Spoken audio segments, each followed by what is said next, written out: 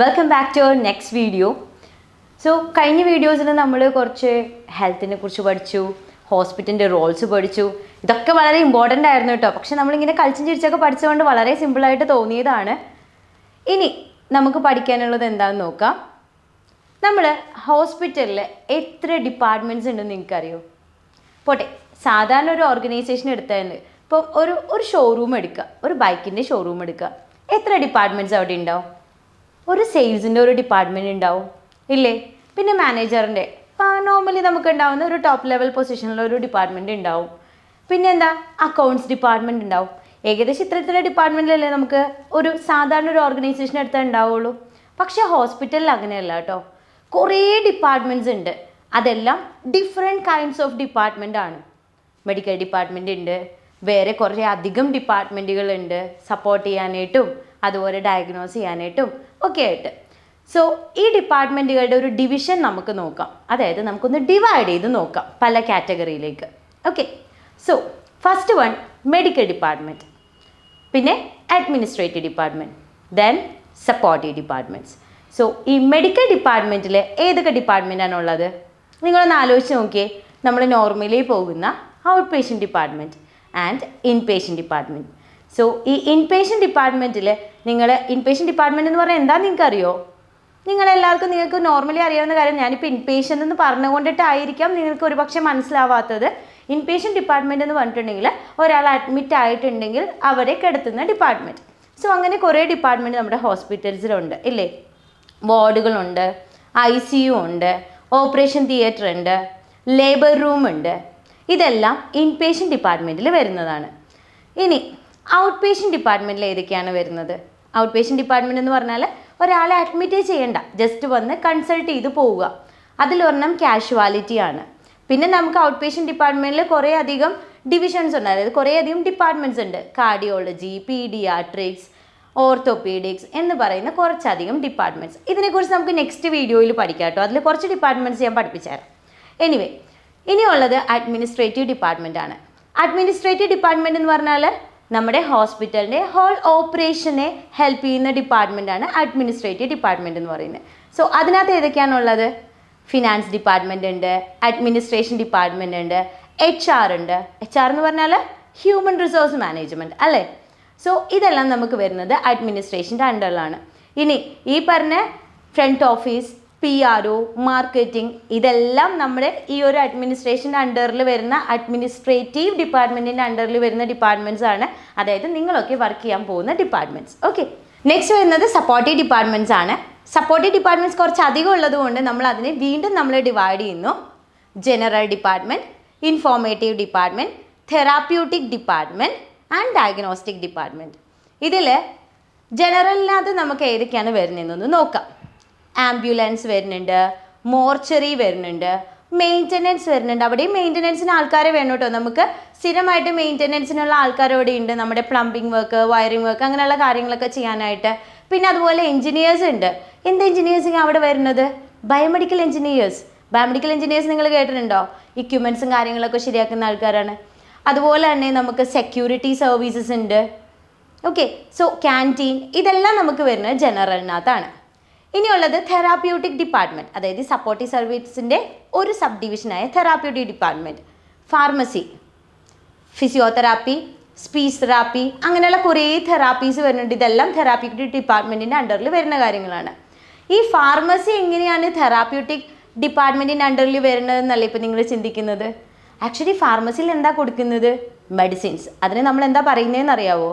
Drug therapy എന്ന്. അതായത് medicines കൊടുത്ത് ഒരാളുടെ അസുഖം മാറ്റിയെടുക്കുന്ന ആ ഒരു തെറാപ്പീനെ നമ്മൾ ഡ്രഗ് തെറാപ്പി എന്നും കൂടി പറയുന്നു. അതുകൊണ്ടാണ് ഫാർമസി അതിൻ്റെ അണ്ടറിൽ വരാനായിട്ട് കാരണം. ഇനിയുള്ളത് എന്താ? Diagnostic department. എന്താണ് ഡയഗ്നോസ് ചെയ്യുക എന്ന് പറയുന്നത്? ഡയഗ്നോസ്, അതൊരു മെഡിക്കൽ ടെർമിനോളജി ആണ് കേട്ടോ. ടു നോ ദ ഡിസീസ്, അതായത് ഒരു അസുഖത്തിനെ കണ്ടുപിടിക്കുക. നമുക്ക് ആകെ അസുഖത്തിനെ കണ്ടുപിടിക്കാനായിട്ട് രണ്ട് മാർഗ്ഗമേ ഉള്ളൂ: ലബോറട്ടറി ഓർ റേഡിയോളജി. ലബോറട്ടറി എന്ന് പറഞ്ഞാൽ എന്താ? ബ്ലഡ് ടെസ്റ്റ് ചെയ്യുക അല്ലേ? ബ്ലഡ് മാത്രമല്ല, ബ്ലഡ്, ബാക്കിയുള്ള നമ്മുടെ ശരീരത്തിൻ്റെ ബാക്കിയുള്ള ഫ്ലൂയിഡ്സ്, നമ്മുടെ കോശങ്ങൾ, അങ്ങനെയുള്ള പല സാധനങ്ങളും നമ്മൾ ലബോറട്ടറിയിൽ വിട്ട് ടെസ്റ്റ് ചെയ്യാറുണ്ട് നമ്മുടെ അസുഖത്തിനെ കണ്ടുപിടിക്കാനായിട്ട്. അതുപോലെ റേഡിയോളജിയിലും ഒത്തിരി ടെസ്റ്റുകളുണ്ട്. എക്സ്റേ ഉണ്ട്, CT ഉണ്ട്, MRI ഉണ്ട്, പെറ്റ് സ്കാൻ ഉണ്ട്, അങ്ങനെ ന്യൂക്ലിയർ മെഡിസിൻ, ഇതുപോലെ നിങ്ങൾ കേട്ടതും കേൾക്കാത്തതുമായ ഒത്തിരിയേറെ ടെസ്റ്റുകൾ നമുക്ക് റേഡിയോളജിയിലുണ്ട്.